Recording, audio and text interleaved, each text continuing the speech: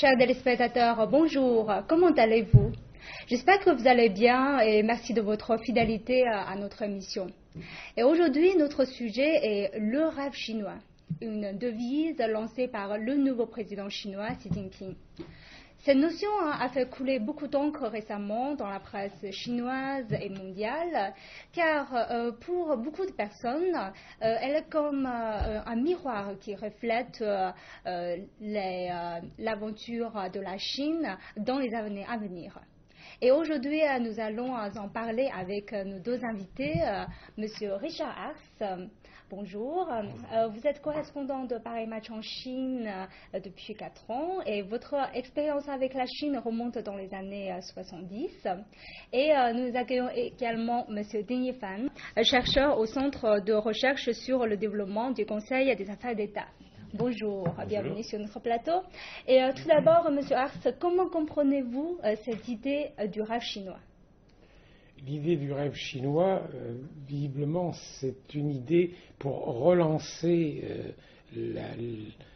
les idées de la population après une période de croissance qui s'est faite très vite, en fait. On est sorti de la période maoïste en Chine pour arriver très vite et sans avoir le temps de beaucoup y réfléchir, en même pas 30 ans, ce qui est vite quand même, à l'état où on est maintenant. Et il y a un changement politique au sommet de la Chine et c'est certain que les nouveaux dirigeants veulent profiter de ce changement pour proposer à la population un moment où on va souffler et réfléchir au développement à la chinoise. Le rêve chinois, c'est ça. Donc c'est un développement à la chinoise selon vous? Sans doute, oui. Il faut trouver pour la population quelques idées, quelques idéaux qui conviennent à cette période où ça va certainement mieux. Le pays s'est beaucoup développé en 30 ans, c'est allé très vite. Il va continuer à se développer. Mais c'est plus difficile parce que dans les pays en Europe, en Amérique, il y a une crise économique. On peut donc moins se reposer sur les exportations vers ces pays-là. Il faut que le pays lui-même croie davantage en lui-même. Et je crois que c'est ça qui est dans l'idée des nouveaux dirigeants, enfin, y compris du président Xi Jinping, de créer une nouvelle façon de voir qui soit plus chinoise. Donc on va y revenir plus tard. Et Monsieur Ding, selon vous, quel message le président chinois veut-il transmettre et pourquoi une telle devise à ce moment-là? Bon, je pense que le rêve chinois, c'est une manière de concrétiser un peu les idéaux et les objectifs à atteindre. En fait, depuis la création de la République populaire de Chine, depuis 1949, vient le Parti communiste chinois, dont le parti au pouvoir et le gouvernement chinois, avaient successivement lancé des idéaux et des objectifs pour que la population adhère aux idéaux et aux objectifs du développement du pays. Même dans les années 50, 60 et 70, successivement, l'ancien Premier ministre Zhou Enlai avait lancé les idéaux de modernisation de la Chine. À l'époque, le mot d'ordre a été modernisation. Donc, d'abord, les 4 modernisations, plus, etc., etc. Il y avait toujours ça. Et maintenant, le rêve chinois correspond un peu à ce genre d'appel aux efforts de la nation chinoise, de réaliser les objectifs et les idéaux de la société chinoise. En même temps, il y a une espèce de combinaison d'efforts individuels et d'efforts collectifs, nationaux. Donc, le rêve chinois, contrairement aux autres rêves, par exemple le rêve américain, etc., le rêve américain est basé principalement sur des efforts et des réalisations individuelles, donc individualistes, etc., tandis que le rêve chinois est à la fois collectif et individuel. D'accord, donc on va y revenir plus tard, mais avant cela, nous allons voir un micro-trottoir qu'on a réalisé aux États-Unis concernant le rêve chinois. We're here in Washington, D.C. asking Americans, what is the China dream and what does it mean for the future? What do you think of when you think of the China dream? Prosperity. Explosive growth. The biggest up-and-comer there is. To have more of a development of the middle-class culture. So I see the Chinese dream as evolving sort of in parallel to the American dream. Starting from nothing and escalating yourself to your wildest dream. Everything can be possible. The dream of owning your own home, of having money in the bank, supporting your children, and having a little to pass on to a next generation. A generation ago, China was still very much underdeveloped, and a lot of people struggled to have really basic things. I think they have that urge to really climb up the ranks in terms of their salary and in terms of their material welfare. To be able to make it and buy a house and have property of your own, but it's slowly turning towards hoping to also get a BMW and maybe a Maserati. What do you hope for China in the future? Generally a more harmonious society. I want them to realize their dream and get the world to understand what their position is, I think, more accurately. I hope that China's business renaissance will continue. China has had a remarkable 30 years of growth on the basis of integrating with the world economy. And what I'd like to see is for China to translate that economic power that's built up over the past 30 years and translate that into global influence. I'm really excited to see where Chinese culture takes the rest of the world because it's so different from American culture. My hope would be that China continues to grow, that it solves its environmental issues in a decent way, and that its people can enjoy a higher standard of life going forward. What's your view of the China dream? Donc, avant de continuer à parler du rêve chinois, on était aux États-Unis et quand je demande à beaucoup de gens qu'est-ce que le rêve chinois les évoque, ils me répondent tout de suite le rêve américain. Pensez-vous qu'il y a quand même une similitude entre les deux ou c'est complètement des choses différentes? Moi, je pense que c'est très différent. Le rêve américain, il s'est créé au moment, à la fin du 19e siècle, au début du 20e siècle, où de nombreux immigrés arrivaient aux États-Unis. Ils arrivaient d'Europe et puis d'Asie. Et ces immigrants, ils avaient pour la plupart fui la misère dans leur pays. C'est une autre période. Ils avaient besoin d'un rêve, bien sûr, pour construire leur avenir et oublier leur passé. C'est pas du tout la même chose. Le rêve chinois, ça se passe dans un pays qui a une civilisation ancienne, qui a besoin de renouer sans doute un peu avec son passé, parce qu'il y a eu toute une période, appelons ça les périodes maoïstes de la révolution culturelle, où on a voulu casser ça. Et là, au contraire, on veut revenir à la force traditionnelle de la Chine, et l'économie, le développement économique a aidé la Chine à croire davantage en elle, mais c'est pas la même chose qu'aux États-Unis. C'est un pays qui veut, la Chine, je crois, renouer avec sa puissance, qui est réelle, puisque c'est la deuxième économie au monde. Il y a quelque chose à recréer de ce côté-là. Et Monsieur Ding, pour vous, le rêve chinois, il s'agit du rêve d'une nation ou le rêve de chacun des Chinois plutôt? En fait, je pense qu'il y a le contexte du rêve américain, le contexte du rêve chinois ne sont pas complètement similaires, mais il y a tout de même des ressemblances.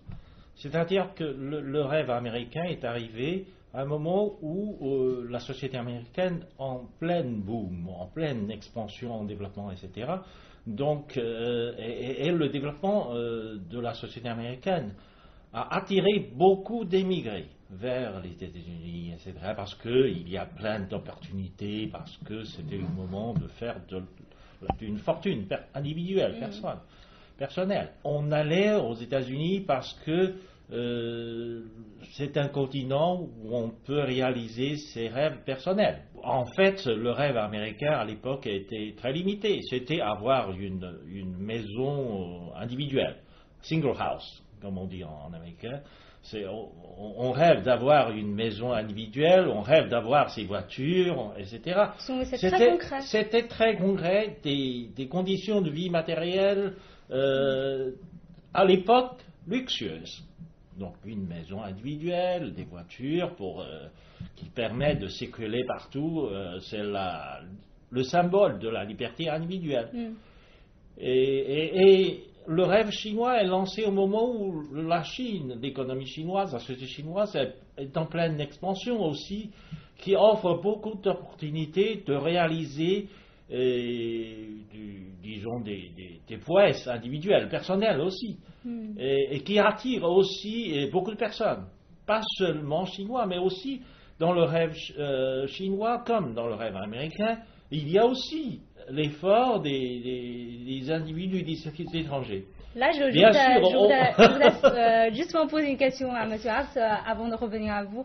Est-ce que, j'ai lu dans la presse française que beaucoup de Français qui sortent de l'école à, entre guillemets, un rêve chinois et ils vont aller en Chine pour chercher du travail. Est-ce qu'il y a ce phénomène? Je pense que c'est le développement chinois de ces 10 dernières années qui a impressionné en France comme un peu partout d'ailleurs. Et c'est vrai qu'il y a beaucoup d'étudiants qui, ne trouvant pas de travail en France, viennent en Chine voir ce qui se passe et s'ils peuvent réussir ici, ce qui est moins facile à faire dans un pays où il y a une crise économique. C'est vrai sur l'ensemble de l'Europe et aussi aux États-Unis en ce moment. La Chine, elle sort de 30 années, disons, de développement assez exceptionnel.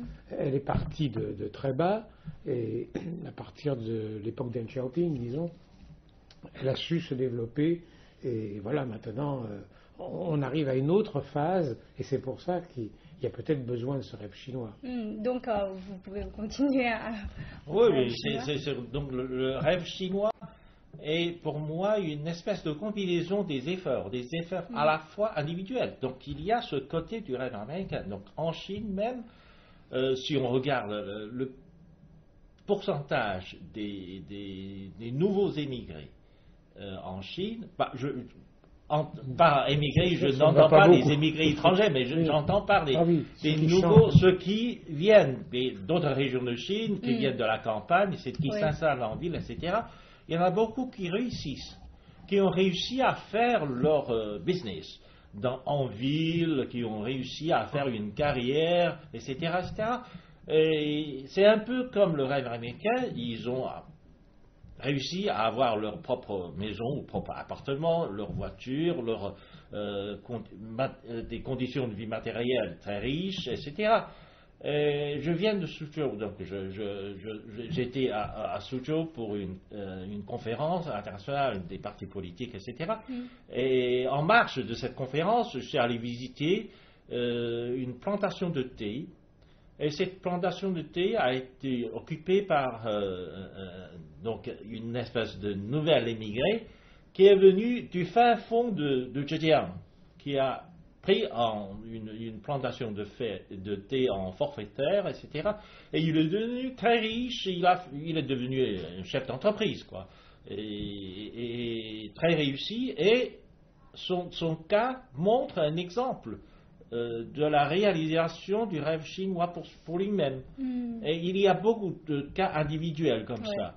Mais en même temps, ce cas de rêve chinois individuel est lié à ce rêve national, qui est, disons depuis la fondation de la République populaire de Chine, la réalisation de la modernisation de la Chine. Il faut rendre la Chine moderne.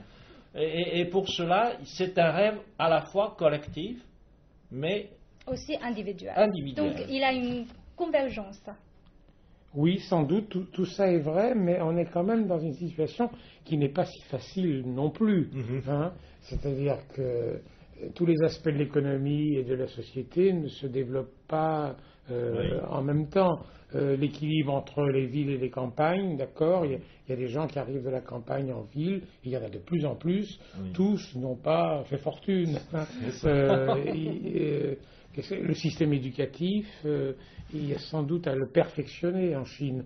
La démographie, on a beaucoup parlé de l'enfant unique, ça mérite peut-être maintenant d'être revu. Il y a beaucoup de questions, si on regarde de près la société, la vieille société chinoise, qui est ancienne, qu'il faut voir maintenant. Et c'est ça, le rêve, il peut permettre de mettre du liant dans tout ça. C'est très important de trouver quelque chose de commun à tous ces gens qui en Chine ont bougé à cause de la croissance, oui. et il y a quelque chose à inventer pour eux. D'accord, donc on va poursuivre notre discussion en ce sens pour voir quels sont les problèmes dans le développement chinois aujourd'hui. Mais comme vous avez évoqué tout à l'heure la réussite personnelle, donc nous allons voir ensuite un reportage sur un jeune Chinois qui a réussi son carrière. Nous sommes à Londres, la capitale britannique. C'est ici que Dai Kai, âgé de 36 ans, fait paraître le Chinese Weekly, le plus important journal chinois du pays, et a établi une université privée, le College of Central London, qui compte 600 étudiants. En voyant que les journaux des autres pays asiatiques avaient du succès en Grande-Bretagne, il a décidé de créer un média chinois. Si les Japonais et les Coréens le font très bien, nous, les Chinois, pouvons le faire encore mieux. Dai Kai et sa jeune équipe, qui n'ont pas d'expérience dans le domaine des médias, ouvrent un nouveau secteur en Europe. Ils adaptent le développement du journal aux nouveaux médias, par exemple les vidéos, les smartphones et l'iPad. Cette opportunité, c'est nous qui l'avons créée. Nous la connaissons. Le dieu des opportunités dans la Grèce antique est nu et ses cheveux le portent vers l'avant. Donc, quand nous faisons face à une opportunité, nous devons chercher à la saisir. En 4 ans en tant que directeur, Dai Kai a dû fermer 2 fois son université en raison de difficultés posées par l'Agence des frontières de la Grande-Bretagne. La première fois, il a beaucoup perdu, mais il s'est montré patient. La deuxième fois, il a porté l'Agence des frontières devant la Cour suprême britannique pour protéger ses droits. Le jugement de la Cour suprême nous soutient. Il demande à l'Agence des frontières de la Grande-Bretagne de nous rendre notre plaque. Nous avons gagné le procès. L'année dernière, il a organisé le sommet mondial des médias chinois avec le Renmin Zhibao à l'université de Cambridge. À cette occasion, plus de 30 médias chinois ont visité l'université d'Oxford. Le Financial Times et le Times, les médias orientaux et occidentaux, se sont réunis pour discuter de la transformation des médias traditionnels et de l'émergence des nouveaux médias. Après avoir vécu 10 ans en Europe, Dai Kai a conservé sa créativité et son esprit d'initiative. Quand on choisit de se battre pour quelque chose, on doit le faire avec sérieux et le faire bien. Et donc, dans ce reportage, il est question de saisir une opportunité selon le héros du reportage. Pensez-vous que maintenant la société chinoise offre-t-elle suffisamment d'opportunités pour que les jeunes puissent avoir une opportunité de créer leur propre carrière? Je pense qu'en Chine, c'est de plus en plus possible. C'est ça l'évolution intéressante pour les Chinois, en tout cas. Il y a des opportunités plus qu'il y en avait il y a 20 ans. Et également pour des étrangers qui viennent s'installer en Chine, c'est certainement plus facile. La Chine se développe à une grande vitesse et il va falloir que ce développement s'appuie plus, sans doute, sur l'intérieur du pays, notamment parce que dans les pays étrangers, il y a une crise.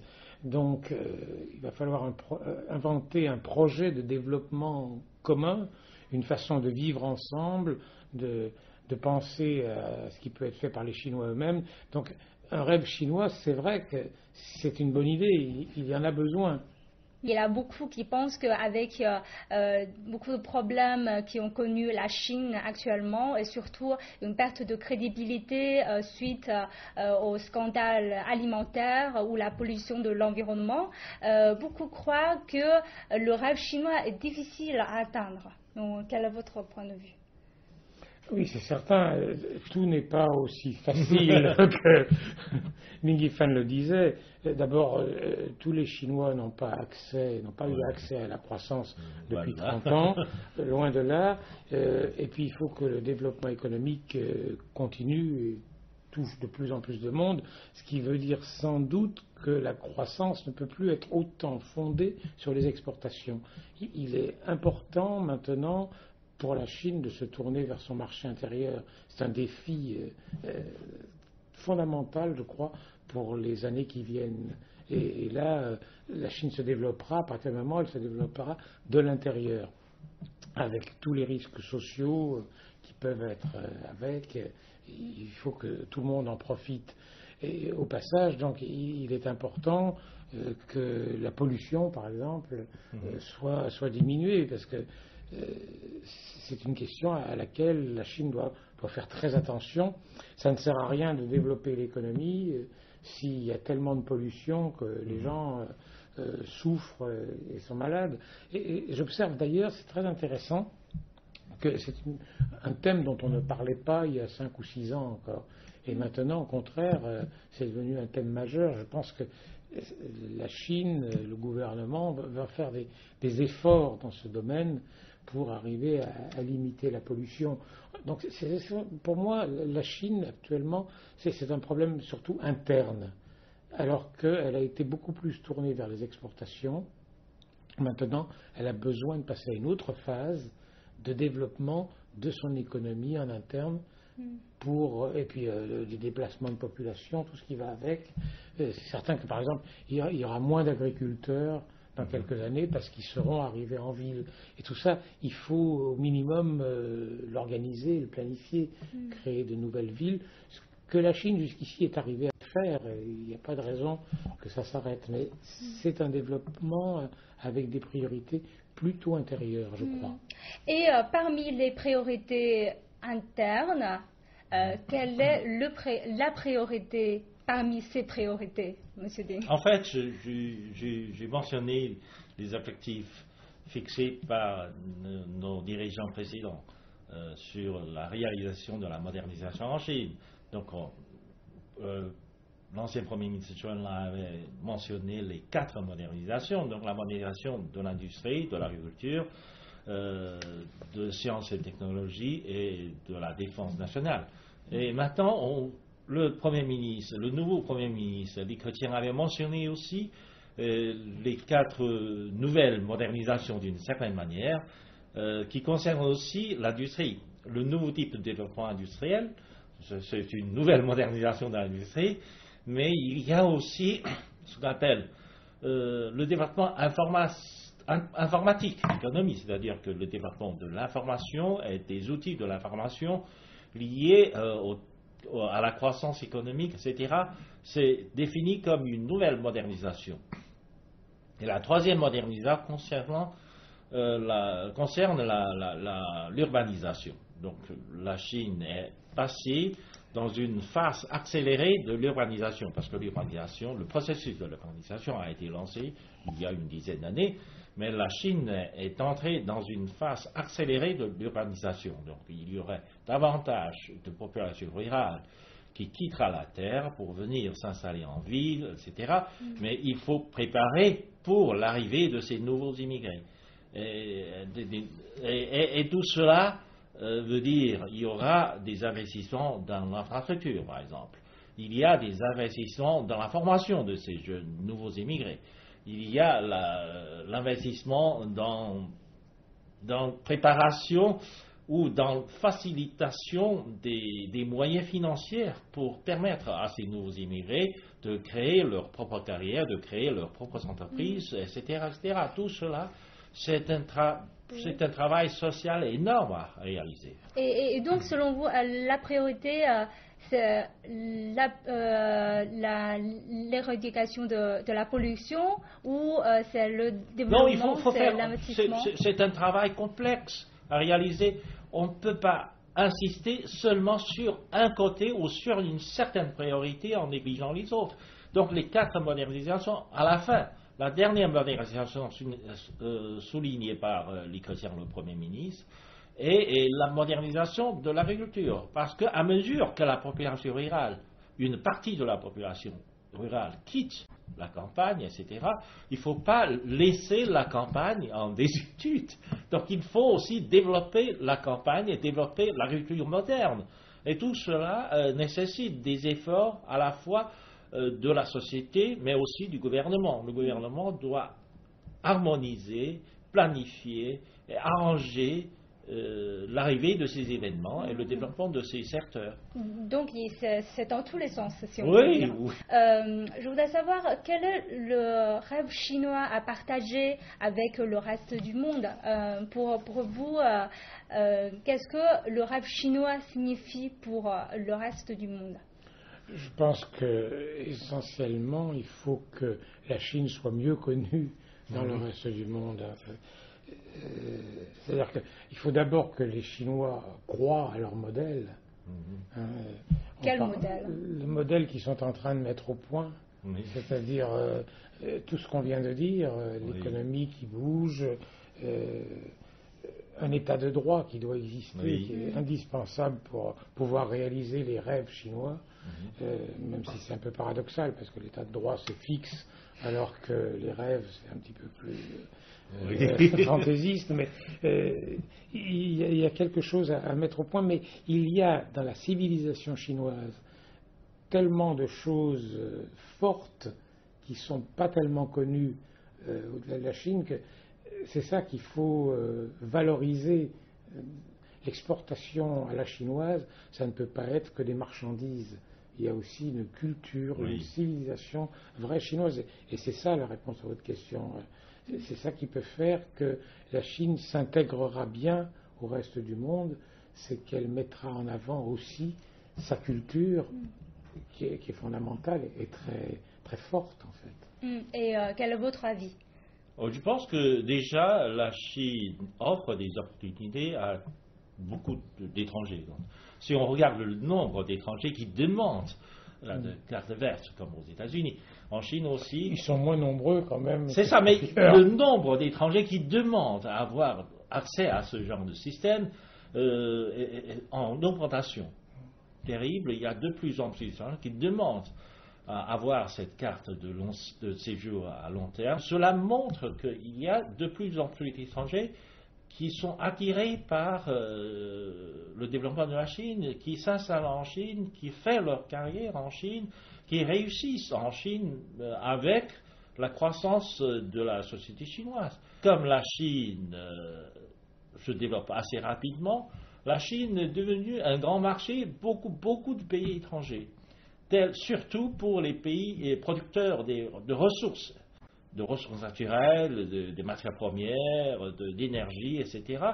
Et la croissance de la Chine contribue, par exemple, à 1 point ou 2 points de croissance pour ces pays producteurs de ressources. Vous voulez dire? Non, je dis que tout ça, c'est l'économie, c'est très bien, c'est très important. Oui, il est certain qu'il faut que la Chine aussi soit plus audacieuse, je pense, en matière de diplomatie. Elle peut se le permettre maintenant, mais pour l'instant, on n'a pas l'impression qu'elle s'en est rendue compte. Mais dans la marche du monde, elle a son mot à dire maintenant. Voilà, on attend qu'elle le fasse vraiment. Audacieuse dans quel sens?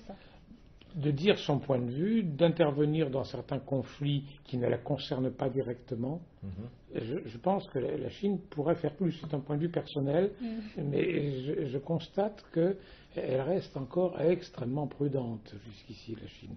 Oui. Il y a certainement là une avancée possible pour qu'elle soit plus présente en tant que quand même deuxième économie du monde. Et quels sont les points forts dans les civilisations chinoises que vous avez mentionnées? Pouvez-vous nous donner un exemple?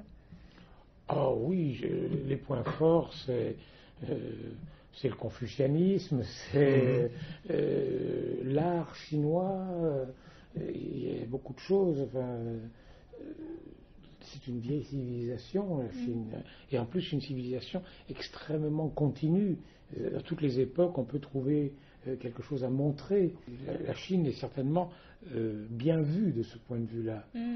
Peut-être même mieux que sur le plan économique, où un peu partout on a un peu peur d'elle actuellement, car c'est un pays qui, sur le plan économique, se tient mieux que l'Europe ou l'Amérique qui sont en crise.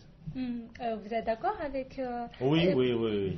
Richard connaît bien la civilisation chinoise.